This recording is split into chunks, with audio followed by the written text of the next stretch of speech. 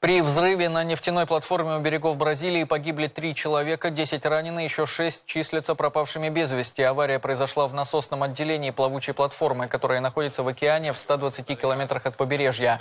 В этот момент на ней находились 74 человека. Все раненые срочно эвакуированы вертолетом. Сейчас на платформе остается 31 человек. Добыча нефти и газа приостановлена. Известно, что экологической катастрофы удалось избежать. Разлива нефтепродуктов в море не произошло.